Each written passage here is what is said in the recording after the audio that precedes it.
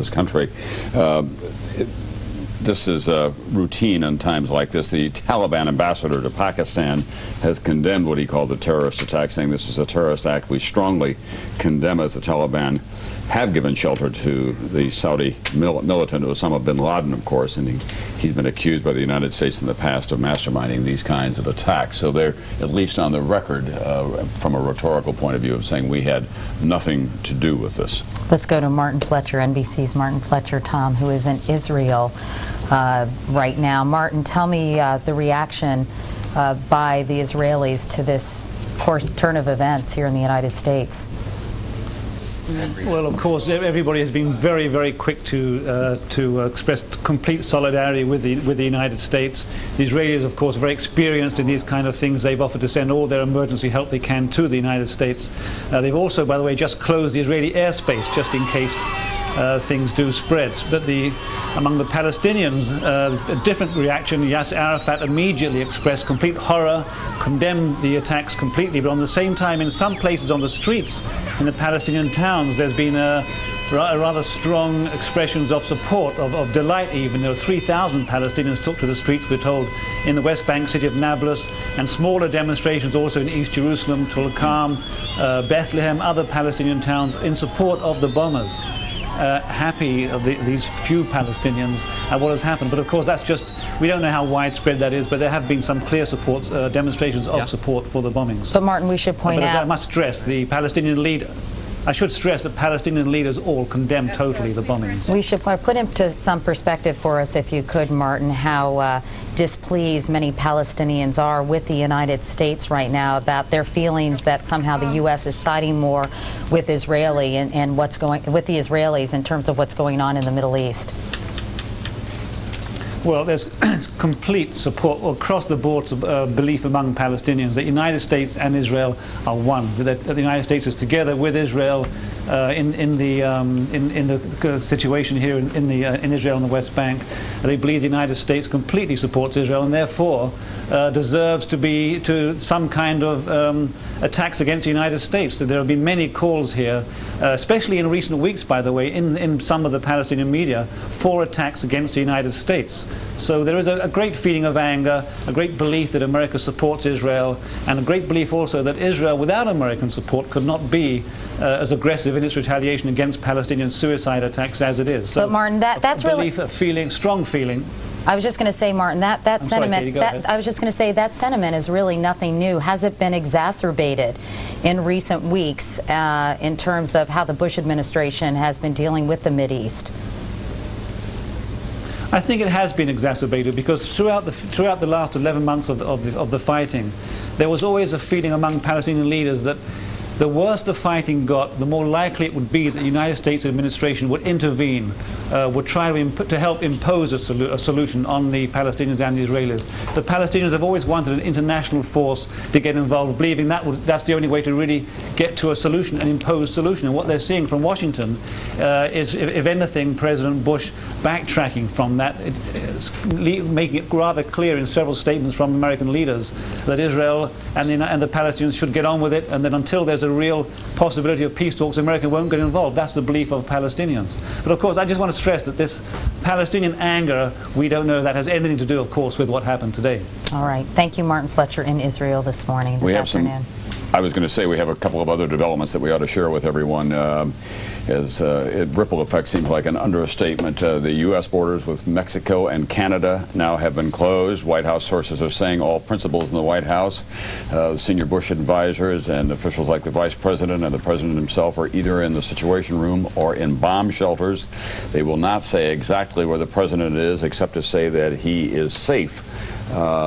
There have been comparisons to Pearl Harbor this morning. 2,400 people were killed in Pearl Harbor on that attack on December 7, 1941. It is likely that the death toll today will be higher. The political magnitude of this is yet to be fully calibrated as well, but as we have been saying throughout the day, this is a new form of warfare against the United States. And as Ambassador Bremer said, in that case, we had the return address. Right. it's still certainly unclear and may remain unclear who was responsible for these absolutely horrendous attacks. Christian Martin is a producer for Dateline NBC, and he joins us now. Christian, you were obviously down in the area based on your appearance, and I understand you shot some video while you were down there. First of all, tell me how close to the buildings you were. I was probably about 2 to 3 blocks away, and they were moving most of the folks back. Near me were probably 20 or 30 cops and emergency personnel, and at this point we were thinking, wow, and then suddenly this cloud started moving real fast, as you can see, and it was a dead sprint for about 20 of us. I around the corner as the cloud blew me into a car across the street. I crawled under a car. You could hear, it was pitch black, you could hear chunks of concrete falling all around you. You were under a car? I got blown into a car and then crawled under a car. How difficult was it to breathe at that point? Very difficult. It was probably pitch black for about 2 minutes. I was covering my mouth. It was, for a while you didn't hear anything, and then you heard a lot of moans and groans.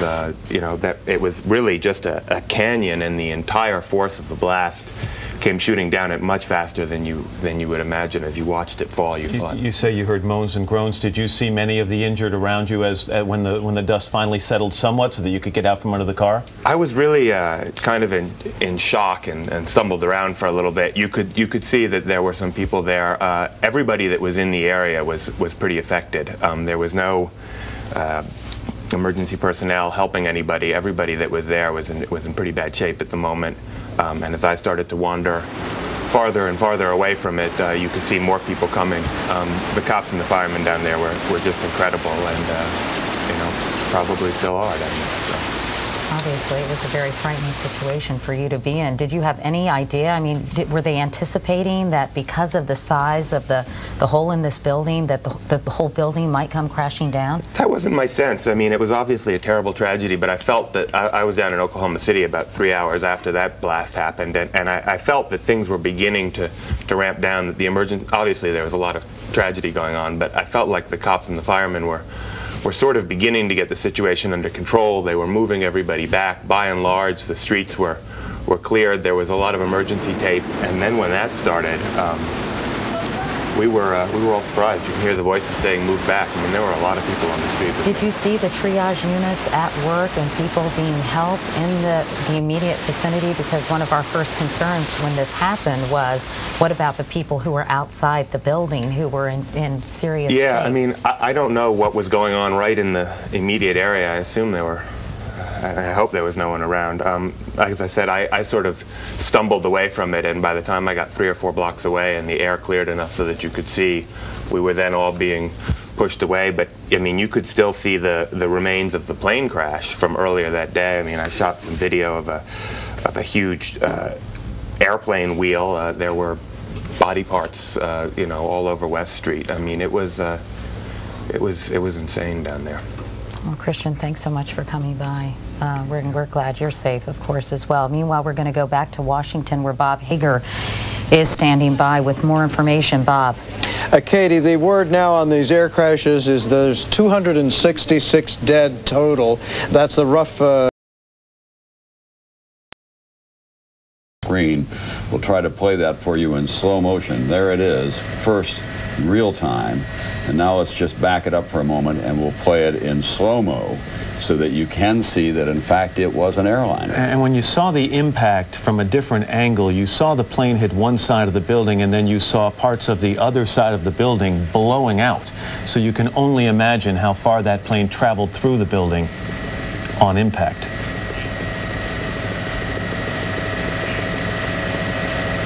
And keeping in mind that we want to talk about the location here. Southern tip of Manhattan, Newark Airport, probably what, Tom, as the crow flies, 10 miles? Yeah, maybe. To the west and south. Kennedy Airport, another 10 miles maybe.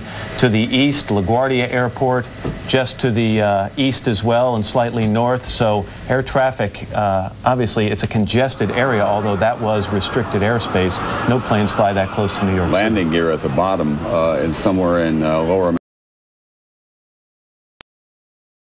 Our Dateline producer, Christian Martin, who was at the scene, Tom, right before that tower collapsed. I'm not sure if he was there before the first tower collapsed or the second tower. I believe it was the first tower.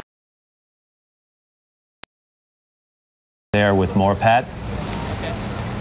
Matt, hundreds of people, we assume, hundreds of people based on the information that we've gotten from emergency officials here are still in there. Obviously, we don't know their condition. We have not seen anybody coming out in some time. The question really for rescue officials at this point is when they can begin to move large numbers of emergency service units, either firefighters, police, or of any kind, into that area down there. This area you're looking at here, we are probably about 12 blocks north of where the World Trade Center once stood. This area here has been secured off basically for emergency workers and also for the press. If you just beyond those police barricades, about 50 yards beyond me, is as far as we are allowed to go. And then beyond that, as you can see, literally hundreds of firefighters and other emergency workers who are massed down there. They have bulldozers, they have all sorts of ambulances and the like. But we have not seen more than a handful of ambulances coming out of there in the last hour or so. That may be only that they are not using this particular way out. That is, of course, possible. They may be routing them from other directions. We can't say that. But at least from this direction, we have seen only a handful of ambulances coming out of there. And clearly, there have to be a great many people in there who are either injured or dead at this point. We spoke to a Port Authority police officer, a lieutenant who was in the building at the time just a few minutes ago. The Port Authority, we remind you once again, is the agency that runs those two twin towers, as well as the World Trade Center complex and the airports and the tunnels and bridges around New York City. He said that he had been in the building at the time, that he heard the explosions. He said it was a frightening situation. And at one point after the initial crash of those two airliners into the sides of the buildings, when there were fires blazing, he said that he saw at least a couple of people leaping from high floors, obviously because of the fires presumably behind them. Anyone leaping from a height of that, he said probably at least the 30th floor, obviously leaping to their death.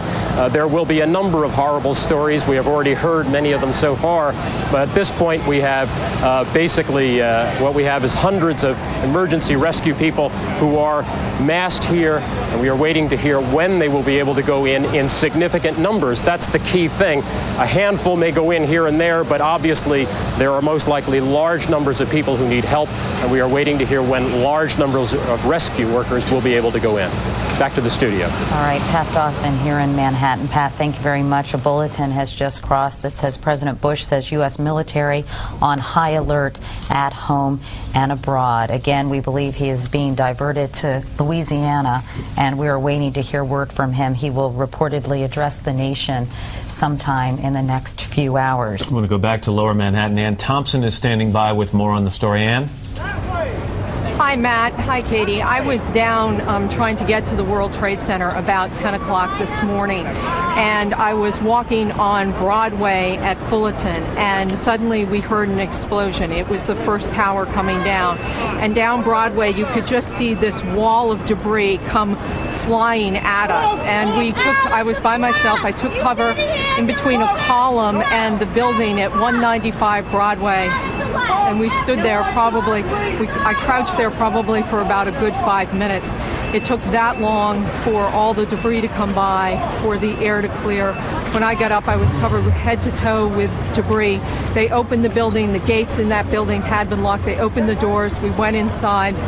They had evacuated this building, which was some 28 floors of commercial space, right after the first plane went into the World Trade Center. We stood in there. You could see outside. It looked like a war zone. Debris, dust, ankle deep, cars on fire, cars turned askew in the explosion. We decided to stay inside. I was there with some firemen and some maintenance workers of this building. We decided to stay in there because it appeared to be safer inside. Then at about 10:30, it looked like everything was all clear. I started to walk out. I walked down Broadway towards Canal, and we heard a second explosion. I ran back into the building. All the chandeliers shook. Again, we were covered with black debris from everywhere. At that point, a fireman came into the building and said we all had to stay in one place. He then told us all to get out of the building because they felt if there was a third explosion that this building would be in danger. And then I walked down Broadway to Canal Street, and it was like walking through something that looked like out of a movie set of a nuclear holocaust. It was nothing but debris and papers and all parts of buildings down and glass. Can we please move? I will, please. sir. I will. Right now, please. Tell the people, please move back. All right, obviously, Ann Thompson. Ann, thank you very much for that report. Ann's being asked.